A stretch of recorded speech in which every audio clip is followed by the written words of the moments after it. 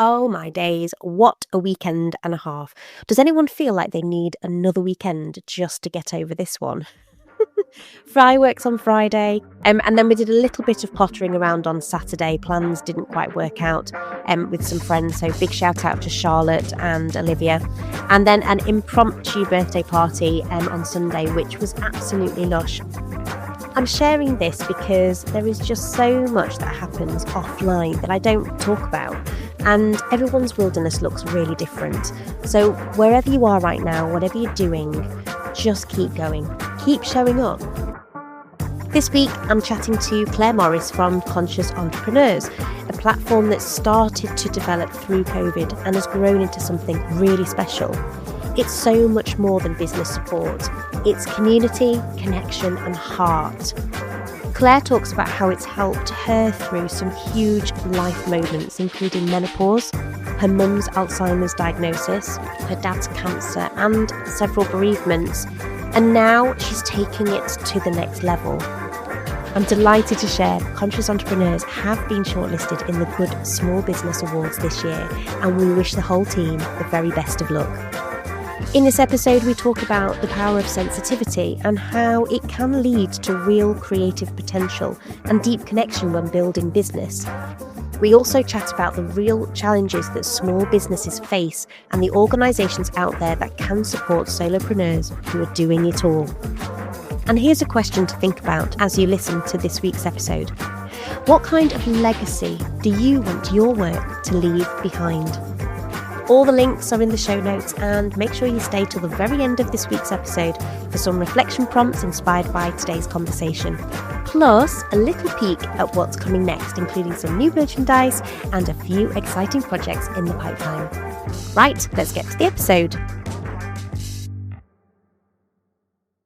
You tell me when to stop, and I'm just going to take the top card. I've already dropped the cards. Oh, there's another card that I've dropped. Please stop. Sam the magician. Please stop. Brilliant. Okay, so the card that's come up for you this morning, Claire, is time you enjoy wasting is not wasted time. That is perfect. Perfect. Perfect. I love How that. random is that you get the card where you go, I've just spent a week stepping back again, and this is every year. I step back and I pare it down a bit more. I step back and I pare it down. And the reason I'm paring it down is because I want more. It's not wasted. Nothing's ever wasted, but I want more time with my face in the flowers, or staring at the sky, whatever I might be doing. So that's perfect. Yeah. That's perfect. And it's so nice to have you here because there's so much happening for Conscious Entrepreneurs as well, because you've just been shortlisted, haven't you, for the Good Small Business Awards. I did notice that on the website. Do you want to tell us a little bit about that particular award and why it's so important at this time? I think the interest it really had for me is I wanted to pitch myself above where I would naturally feel I am. And I think that's quite a common theme for humans, maybe particularly women, is that we don't have all of those mechanisms that fear disappears and we just go, yeah, go for it. And the element that I went in for was sustainability leadership. And it wasn't me putting myself in a position to go, I absolutely know everything, because let's face it, if you put sustainability before something, give it a week and it'll mean something slightly different and slightly different and slightly different. So, but the leadership I felt was really heartwarming for me to think that I'm building a community, bringing people together, and that element of leadership was more about community. So I don't have all the knowledge, but if I bring enough people together and I can get the momentum and the movement, then we've all got it. And that was the most important thing for me. So when I looked at leadership, it did make me a little bit, I'm not sure about that. But that's where it came from. And just all of the resources that are now getting built into incredible people coming on and giving workshops or talks as part of Conscious Entrepreneurs, plus the amazing network of people I've amassed over the years, really felt like, we could lead something here. We can build businesses that are all about impact, impact on our well-being, impact on our community, impact on our planet. So yeah, this just felt like a really nice start point for that. Well, a huge congratulations. It's not easy to put Mm. yourself in to this arena, especially if you feel like it's slightly out of your comfort zone. But you have to be brave, don't you? Especially when you're taking that road less travelled, I think. Because Conscious Entrepreneurs started as a co-working collective, didn't it, in Yeah. Manchester? For those people who are listening, head over to the website. All the links will be in the show notes. Go and have a look because it has grown so much. Where did this idea come from in the first place? Because there's always a beginning to each of the stories that I'm collecting on the podcast. So it was definitely, and I really loved that one of the things that you had preempted before we got together was the highly sensitive. And I think conscious entrepreneurs is another way of saying highly sensitive humans. And it began in Manchester as a co-working space because the people that were working within that purpose-led, giving back, well-being, all of those, where you care so much about the people that you're supporting, they, I think, were feeling the effects of lone working. And this was pre-COVID. So this was still people going, if I work from home and I'm working on my own business, this is lonely and sometimes demotivating. And as we just talked about, the awards, being brave, putting yourself forward, self-belief, that can all start to erode, can't it, when you're by yourself? So that was how it began, at bringing people together. And it was Charlotte and Daria that began this beautiful thing. And I think it lasted about 2 months and then COVID hit. So it rapidly went online, and I found them, I think, literally as they went online. I think I had a little bit of envy that it was happening in Manchester because I have quite a lot of connections there. My brother lives there and my nieces and nephews, etc. So I had a little bit of, I can't be there. And then there they were online. Oh, And they took me through COVID, menopause, my mother being diagnosed with wow. Alzheimer's, my father having cancer, and then everybody dying. So that has been a Yeah, really, of really course. safe space for me for such a long time. And it went through a couple of iterations of people holding it and hosting it. And it all was just online. And then it came to the point where it was just not, it didn't happen for about 8 months, and I could feel it, really heartfelt disappointment, sadness, this wasn't carrying on, and approached the Ben, who was running it at the time, and said, I've always said if you want help, because I know how difficult it can be to run things on your own, but you've gone really quiet. A, are you okay? And B, can we get this going again? And he said, I think I can't do it anymore. So yes, you can definitely help. And then I went back to the founders because we'd been in touch all the time. They'd been at the events, even though they weren't running them. And I said, what does this mean? If I host this, I'd like to do more. I'd like to offer more. I'd like to, welcome people in as members, but I'd also love that everything that a member can have, bar a couple of, paid things, we can welcome anybody in. So, how do we do this? And first of all, they said, well, you can have everything we've got, but I think we'd like to keep the name. And I was like, oh, ouch. I'm not quite sure what to do with that. Which meant, lots of people on a newsletter, lots of followers on social posts, which would have been very valuable. But then I think they just thought about it for probably an hour more and thought, we're never going to do this, are we? So what are we holding on to? Like this thing should really keep alive.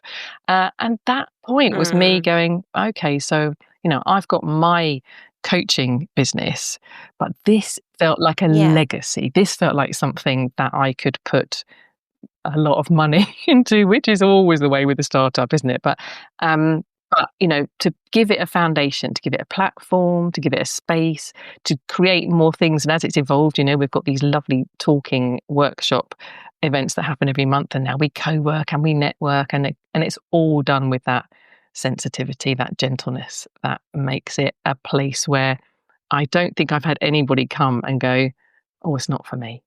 So, which is really lovely. So that's been, so that's how we've got to where we are. And then it's just what's next, so yeah. And that's my last question, so I'll come to Okay. that right at the very end.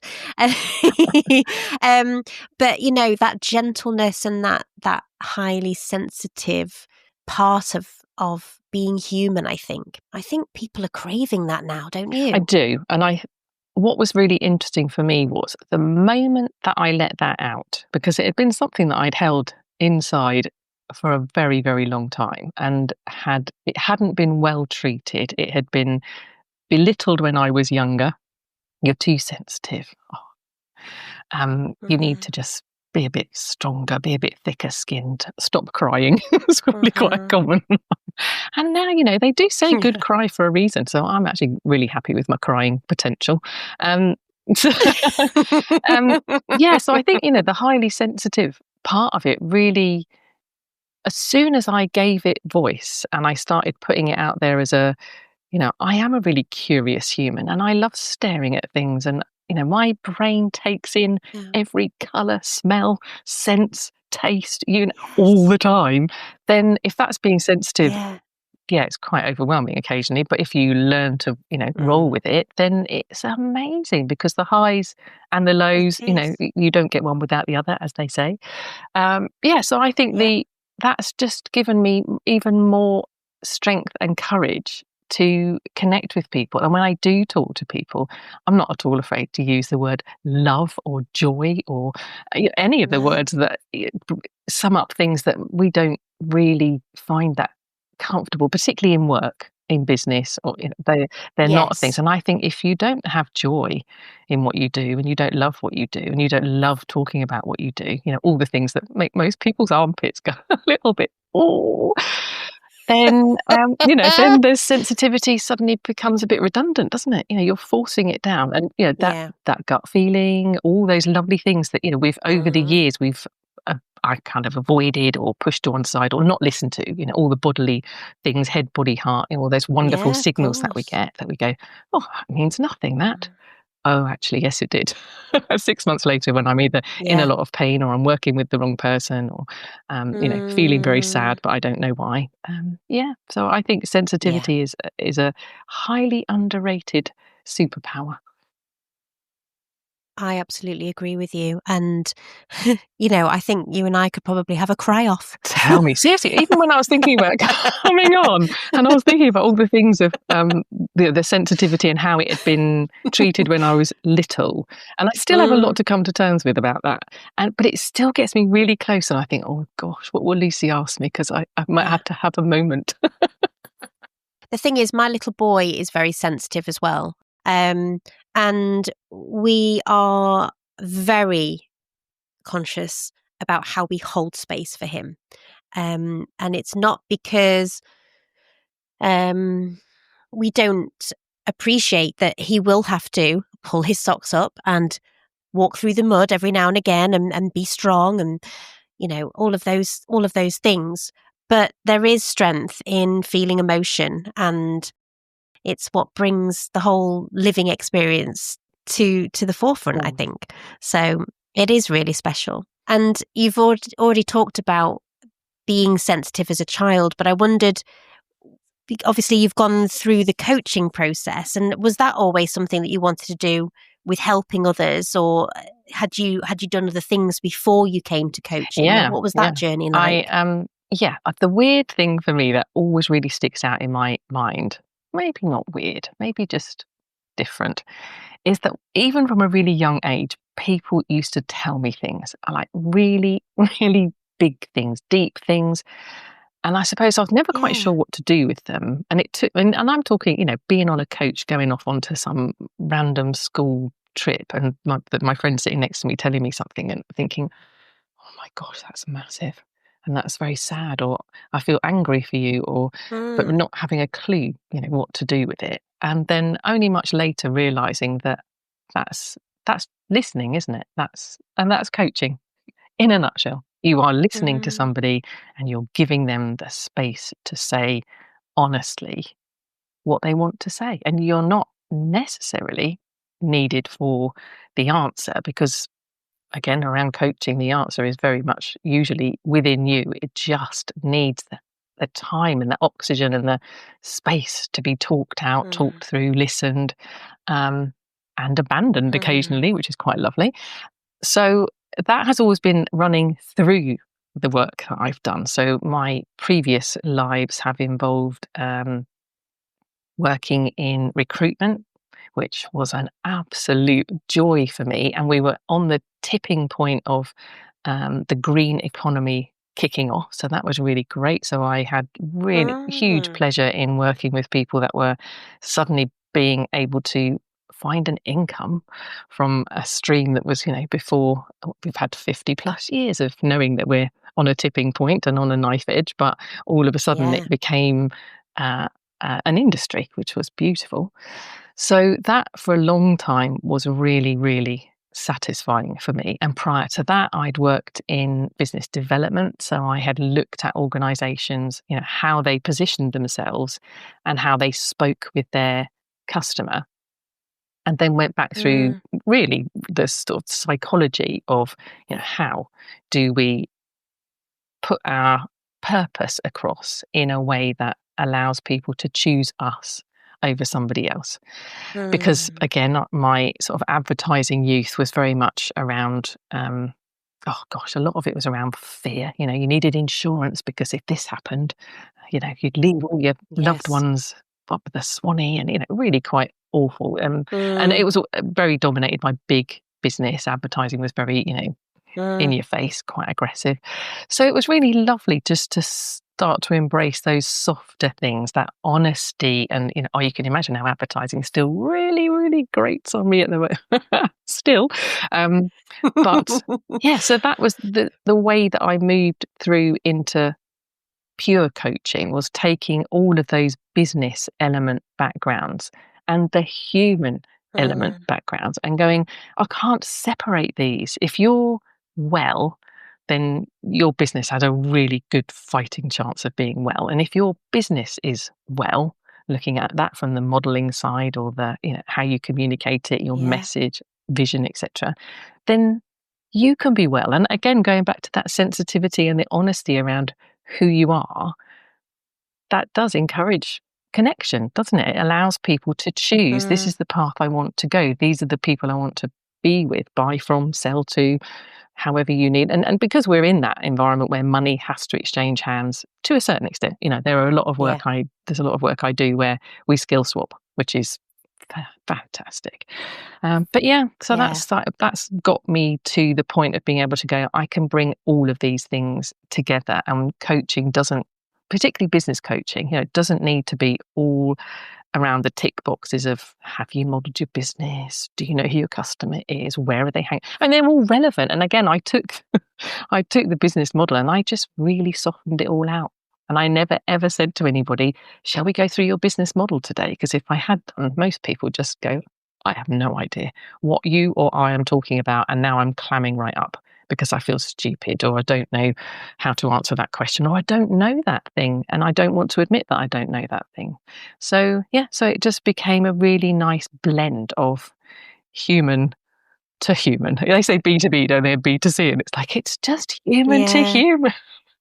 It's human to human. I think that's the episode title. Human to human. I love it.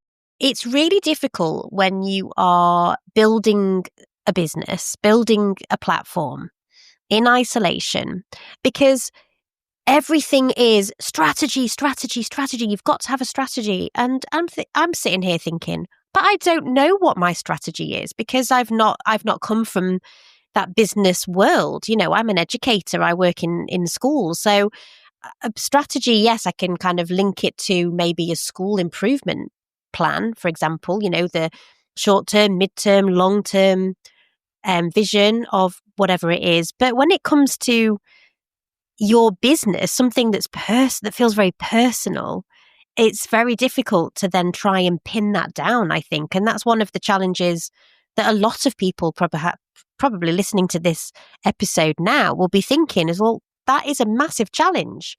How do you at Conscious Entrepreneurs support people with developing their strategy, so to speak, through the workshops that you lead or through the conversations or the networking events? Like, what can we expect when we sign up? Wink.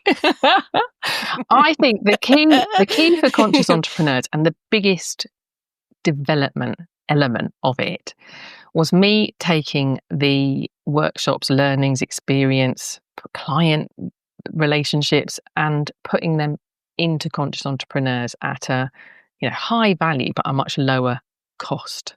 Self-led resources, that kind of thing, people coming along and talking, you being able to go back and listen to them again when you get to that bit of going, I want to action that thing and I can't remember what John said this week, or whoever it was. And one of the key ones, and it's actually the starting point of the resources as you look through the membership area, is Build Your Vision.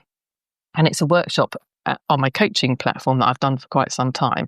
And it is the one that says, and actually there's a really interesting post going out tomorrow, not another to-do list I've put on there, which is, it is absolutely exactly that, because, everybody has a notebook, a Trello board, a Notion board. I mean, Miro, never quite sure how you say it. And it's great because at least you're getting things out of your head.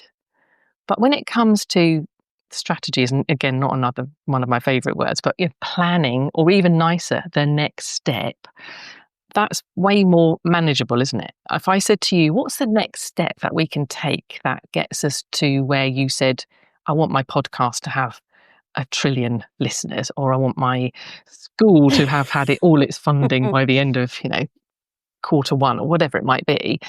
It's just coming back to yourself and going, what can I manage to do today? What can I manage to do this week around my life, my family, my well-being, my walking, my all the other things that might come into it? So building your vision has always been. Vision, I thought, was really lovely because I know corporate use it a lot. And we do need a vision, because that is the thing that keeps us going, isn't it? Keeps us getting up and doing the next day. But vision felt a way more, possibly a little bit ethereal. Why don't you just tell me the craziest, biggest, wildest, maddest thing that you want to happen? You might think that. I'm probably going to go, yes, I think that's perfectly feasible. We will do this. Let's make this happen. But giving you the opportunity to just say, I've just always really wanted it to feel like this, or look like this, and more often than not, your vision isn't unattainable. It's how you've been told to get there, or the tick boxes that you've gone through, workshop after workshop after workshop after workshop, and then you fall off the edge of a cliff, don't you, and go, oh great, I did that workshop, put all my notes together, haven't looked at them for a year. And that is the key difference, isn't it? And the thing from our workshops as well is that when you've finished a workshop, you've then got coaching sessions. So you've said, I've committed, I've said the thing I really want to happen this year, this month, this quarter, whatever it might be. And then how we're going to do that, what's the next step? But you give people all of the energy and the positivity and the working around their life to be able to make that thing happen.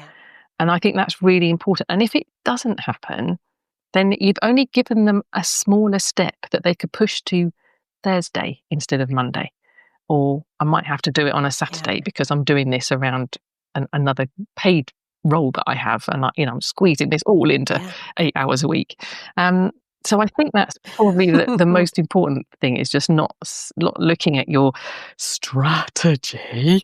And maybe, when you get to 3 of you being together, 10 of you, 20 of you, 40 of you, then strategy probably becomes a way more an acceptable phrase and doable, because then you've got 7 or 8 different divisions, people, whatever they are, having to come together, and the strategy has to feed in, doesn't it? And jigsaw together and work seamlessly, non-repeatable tasks, all that kind of thing. Whereas when you're on your own, it is the next step, isn't it? And and looking at it like that, and I think that's way more calming. But also people working in a way that allows them to work their way. We all have things that trigger us. Spreadsheets. Don't give me a spreadsheet. I can't help myself, but I won't, I promise. it really freaks me out. I just don't, they're just too black and white. It's just harsh, hard, and it's all in little squares, and Yeah. squares, they're not natural, are they? They should be Mm. in circles, I'm sure. No. So, yeah. I'm the same. I'm not a fan of Oh, spreadsheets. yeah. Yeah. Mind maps or Yes. things like mood boards, pictures, or things that I can touch and kind of look at and Yeah. compare. And, I'm doing all of this with my hands for those people who are listening. You can listen to the podcast on YouTube. Just going to drop that in. But it's true, isn't it? It's about finding your way of working. And, if you cut me in half, I am sure that you will find the word collaboration, because that has always driven my work in all of my freelance stuff. I've always loved working with people.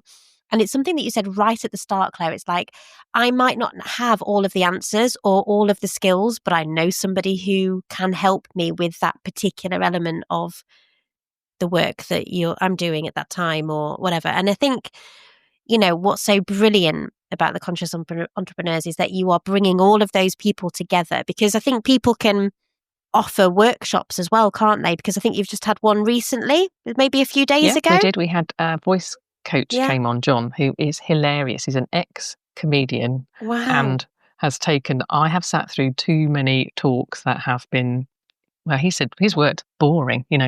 I've already started to check my emails while I'm listening. So he came on, and he came on the back of Anna Wills, the storyteller, who'd given us the 5 C's of branding. So she talked to us about clarity, connectivity, communication. So beautiful ways of us looking at our story and how to get that across. And then John came in with his workshop on how to turn that into the voice, which is always a little, again, going back to that upper lip sweaty moment where you suddenly being asked, so what do you do? And you think, oh, you could have asked me anything other than that. So we had a brief, and actually by the end of it, it was fantastic, because we had totally reframed it into what's excited you recently. So we end Conscious Entrepreneurs on this really lovely note of something that you're proud of and something that you're grateful for. Spoiler alert, this is a bit where I normally cry. So this time we said we'll do something you're proud of, something you're grateful for, but we're going to frame it around business and something that's really excited you. So it could be it's already happened, you're about to launch, you've collaborated, your lovely word there. So by the end of it, every single person had, without fail, lucidly introduced who they are and what they do, but not in a long and drawn out, I've got to explain myself a little bit too long and a little bit too much because you might not get it. And now I feel really silly because I've just talked too long. But did it so concisely because they were then tagging it around. I'm really excited that I've just been referred to so-and-so, or I'm really excited that I'm just about to launch a new workshop, or and it was just incredible. And you thought, well, there you go. There's your introduction, and you've marketed your thing, or you've given us the backstory of whatever's happened. So things like that, and that's where I think that bringing people like that into conscious entrepreneurs who give you the ability to overcome even the shyest person that usually really doesn't say very much on. She's a member; she has been right from the very start. Never really says very much during, but always messages me afterwards and went, "I loved every minute of that." So even her opportunity to speak at the end was just amazing. So it's things like that when you get those moments with people. But we've had greenwashing, human design, all kinds of amazing people coming on and just, and it is a bit about getting to know yourself or getting to understand your industry, and mostly it's around communication and words, isn't it? And how we perceive ourselves, put ourselves across, but just without the sweaty, uncomfortable. And I think, the more sensitive you are, crikey, yes, definitely the more difficult. You really feel it. Yeah. If I'm going to say something in a staff meeting, if anyone could hear my heartbeat, it is just going so fast, because it matters so much what we say, how we say it, what we do. I love the idea of a business being built around storytelling, because so much of what we bring to our business is is personal experience. It shapes how we show up in the world, Mm. doesn't it? So to have a space that feels safe and secure, and it to be in a place where your voice is heard and you feel seen is so important. I think that what you said about storytelling, knowing your own story and owning your own Mm, story, I think that's a lifetime in achievement anyway. Don't ever think you've got to the end of that one. yeah, But we came from storytelling. The only way we ever had yeah, history, knowledge, how to live, survive, thrive was all about storytelling, yeah. wasn't it? And I think that it's really lovely when you come across people who are really encouraging you to get back to that. And we think about our Mm, parents and our grandparents, and sometimes they tell you things, and when you're a bit younger, you're like, oh gosh, do we have to talk about that again? But then the older you get, and you remember those things, and you think, oh gosh, that was just amazing. My mm. father-in-law had been through something like 5 royals. He was 97 when he died, and he'd been through 5 Wow. not saying whether you're a royalist or not, but it was just the history that he held of Yeah. all of those lived experiences Mm, that you just think, that is absolutely amazing. So, and that's your story, isn't mm. it? Of being able to go, I remember Yeah. somebody. And that's the thing that always struck me in recruitment, actually, because I'm not very good at recognizing people. If you see me out in the street and I met you, oh, I don't know, let's say I met you at a networking event, oh, made me shudder just to say it. But yeah, let's say I met you at a networking event. It's really hard for me to take that face and put it into walking along a street and going, I immediately know where I know you from and who you are. So recruitment was always about that person's story. There would be something that they told me that I could attach to the paper black and Yeah. whiteness of their CV, and I could conjure up Mm, eventually the face of that person. yeah. So I think your story is just such an intrinsic part of you, and your story is also where you're going, isn't it? Because there's a beginning and a middle and Yeah. an end, and that, I think that's a really nice Yeah. way of looking at. Yeah, this is who I am, where I am, and this is where I'm heading. You can join me if you like. How lovely is that?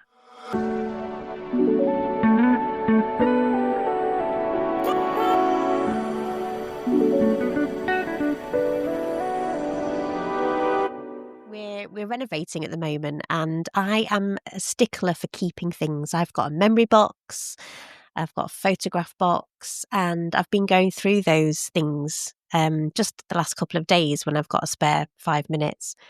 And when you look through those memories or the letters that I found, that's where the story is. And it feels like I'm someone completely different now from that person 10, 15 years ago.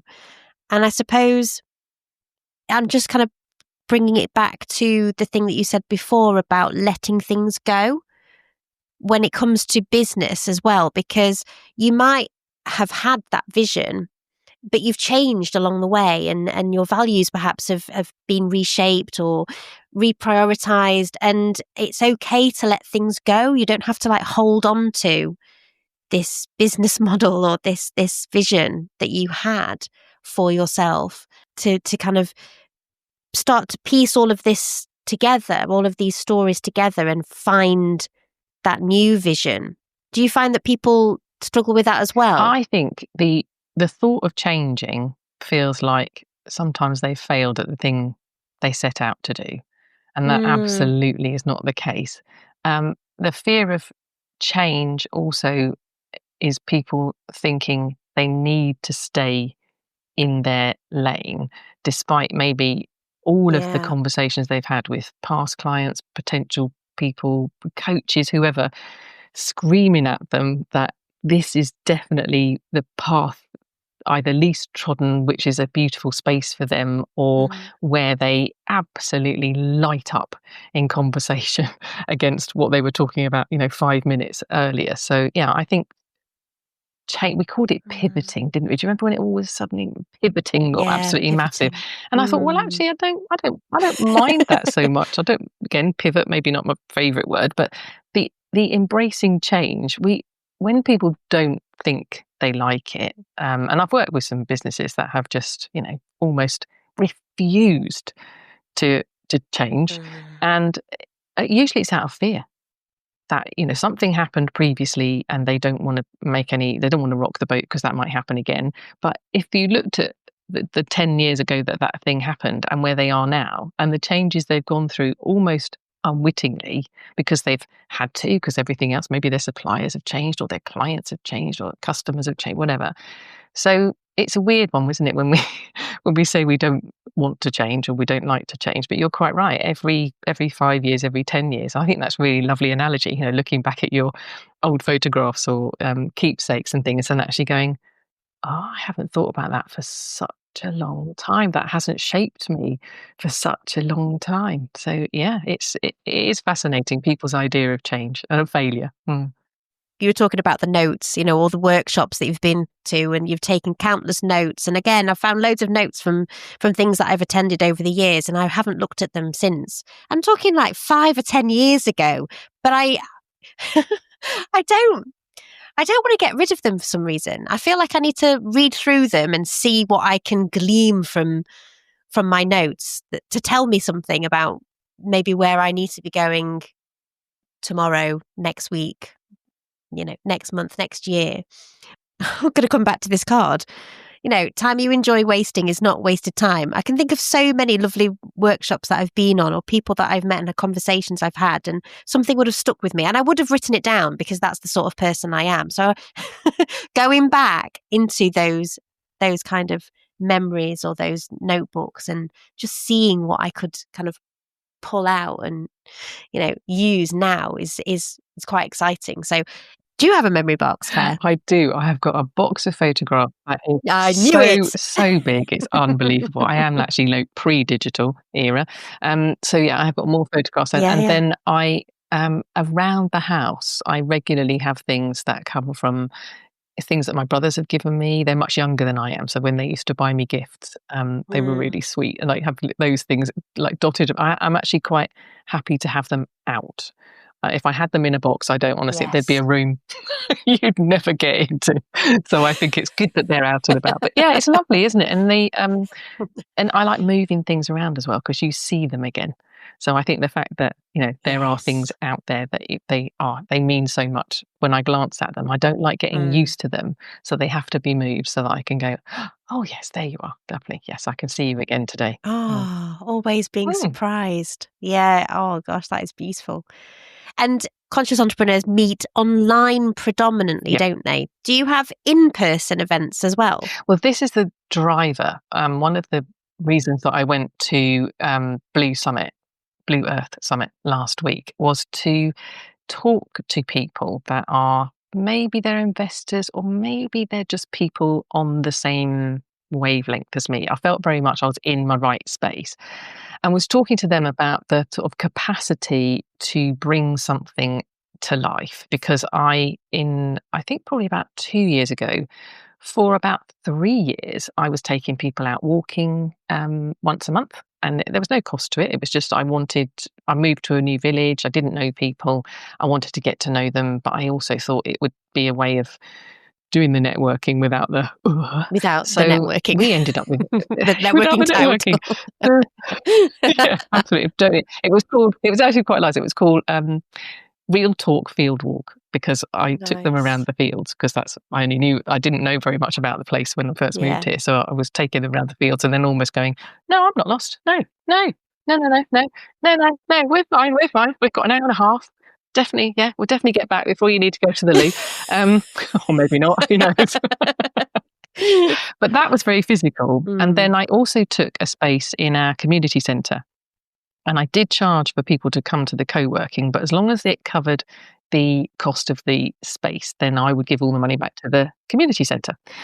And that only failed because the Wi-Fi was so, they did something, they changed something from one to another, and all of a sudden it was like people were coming in, and unless somebody really brilliant had bought their phone and unlimited data and we hotspot off them, it just, so that sadly that petered out, and I'm still looking to reenact that. So I think the walking and the co-working, but particularly we have a very, very, very good local MP, and I'm quite keen, and this is, you're going to say to me now, Claire, that was for the end of us talking.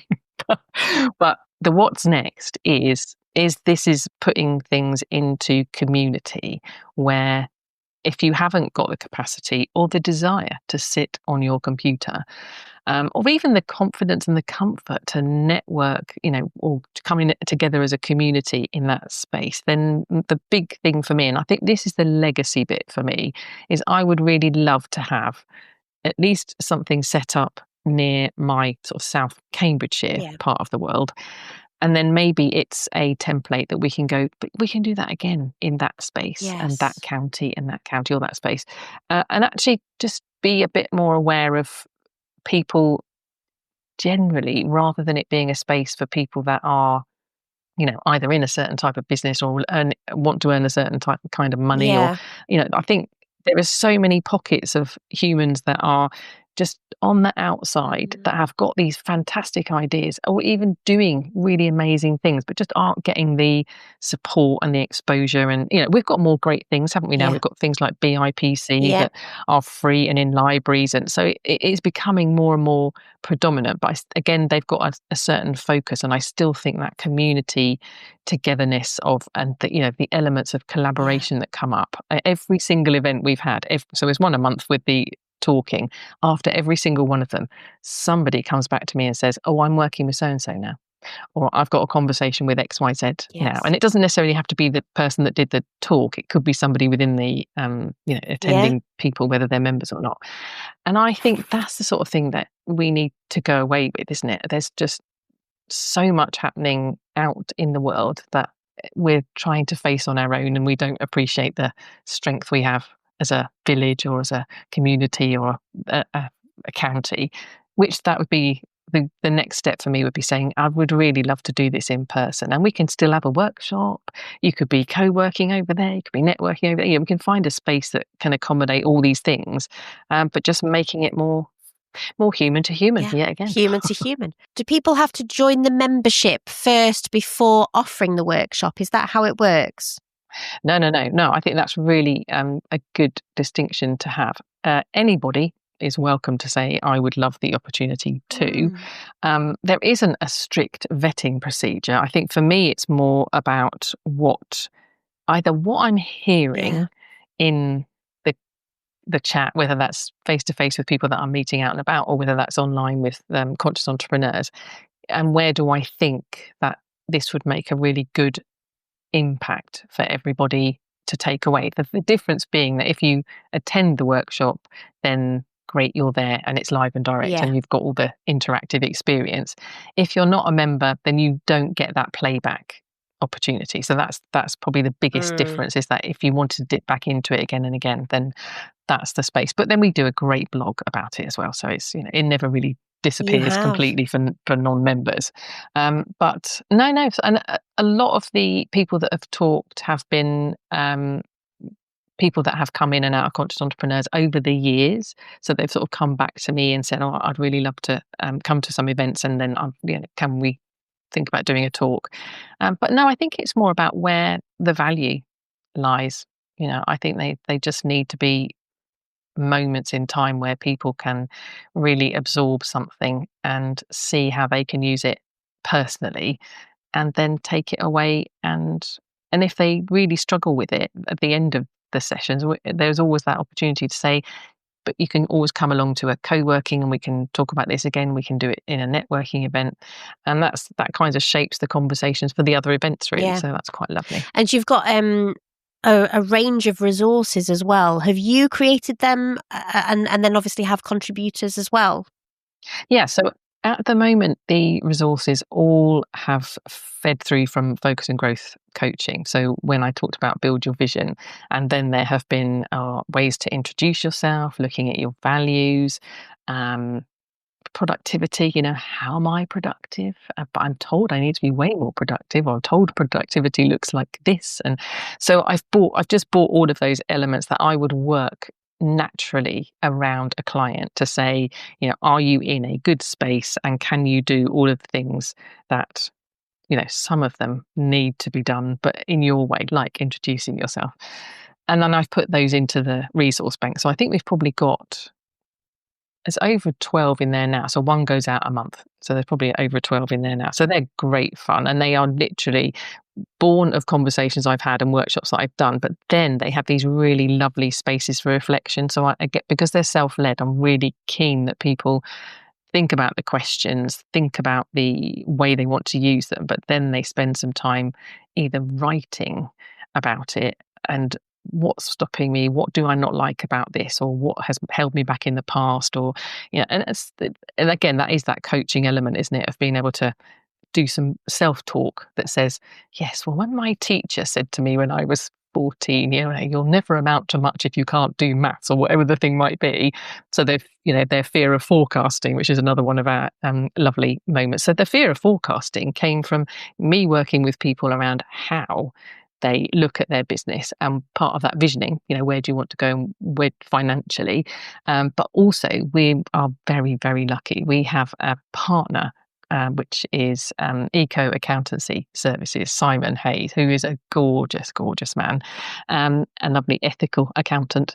And he did a talk. So we uplifted his teachings, put it into they come from different places and spaces. And I am encouraging the people that do talks, if they have resources and they are happy to share them, then we would love to have them. We give them to all the people that have attended the talk anyway, and then they can go on to that membership resource as well. So so it is building from several different places, which is lovely.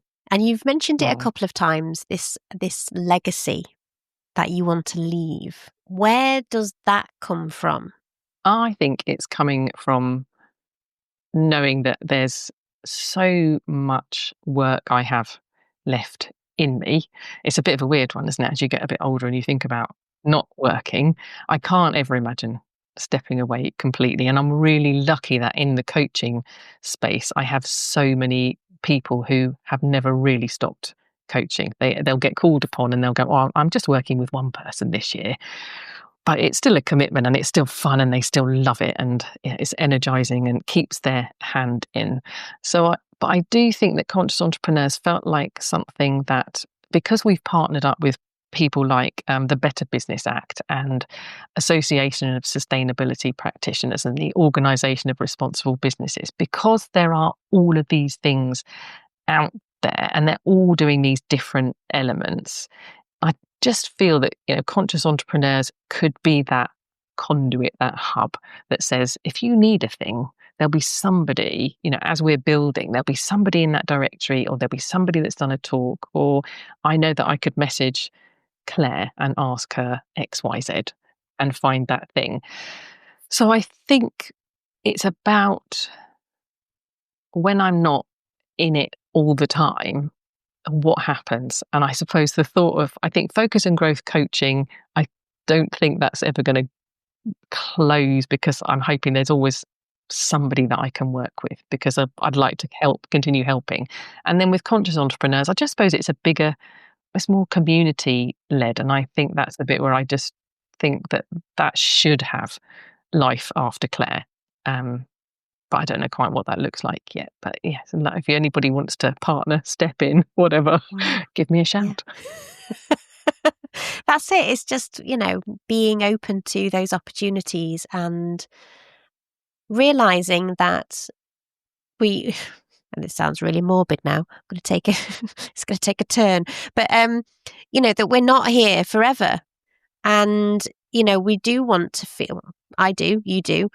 We want to feel like we've made an impact, that we have helped somebody to realize their potential, It's really exciting. I'm really glad we've connected, because so much of what you're saying is giving me ideas, and I'm feeling really inspired to continue to do what I'm doing. I mean, it is a very early thing, but you've got to start somewhere, haven't you?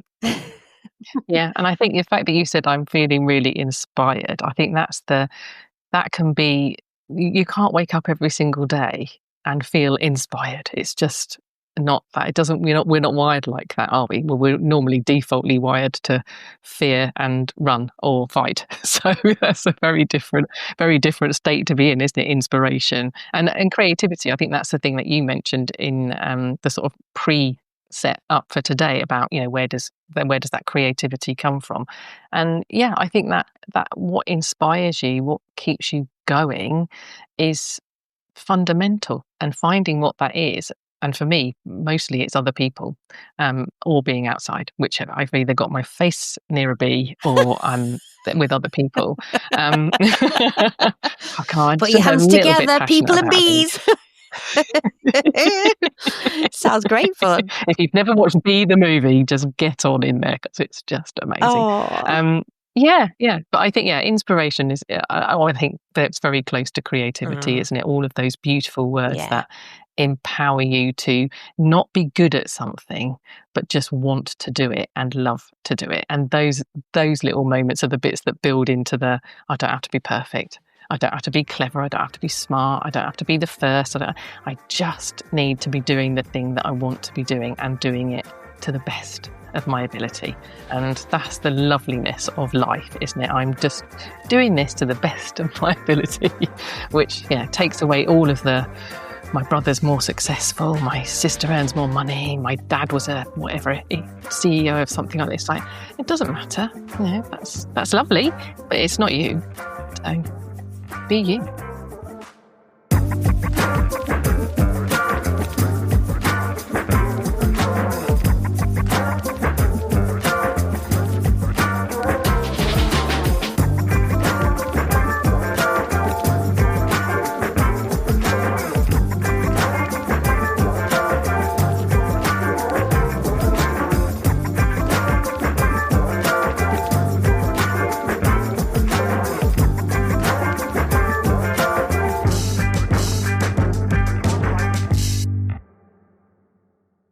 And that's it for this week's episode of The Wilderness of Creativity. There will be some reflective prompts going out on my socials very soon, all linked to today's conversation. So if you do take part, please make sure that you tag The Wilderness of Creativity so I can see and share what you're up to. A huge shout out to Laura Byrne from Mum Rain or Shine. I will throw out a little link in my stories for her help with the Wilderness of Creativity merchandise coming soon. We spent a few hours on Friday playing with my Cricut machine, and we've made the very first prototype, which is really exciting. Watch this space, there is going to be a little giveaway coming up. And I got an email. I mean, I always get emails, but this one absolutely made my day. From none other than Kathy Barron, the founder and editor-in-chief of the Women Who Podcast magazine. I'll be sharing a little bit more about that soon, so keep an eye out. And I've also started doing a little bit of research into some local creative projects, which I'll be talking about in this week's Substack. That'll be out on Wednesday, so I'd love for you to subscribe. Follow the links in the show notes or head over to my socials for all the details. Thank you so much for listening, for showing up, and for being part of this beautiful creative wilderness with me. Until next time, take care and stay wild.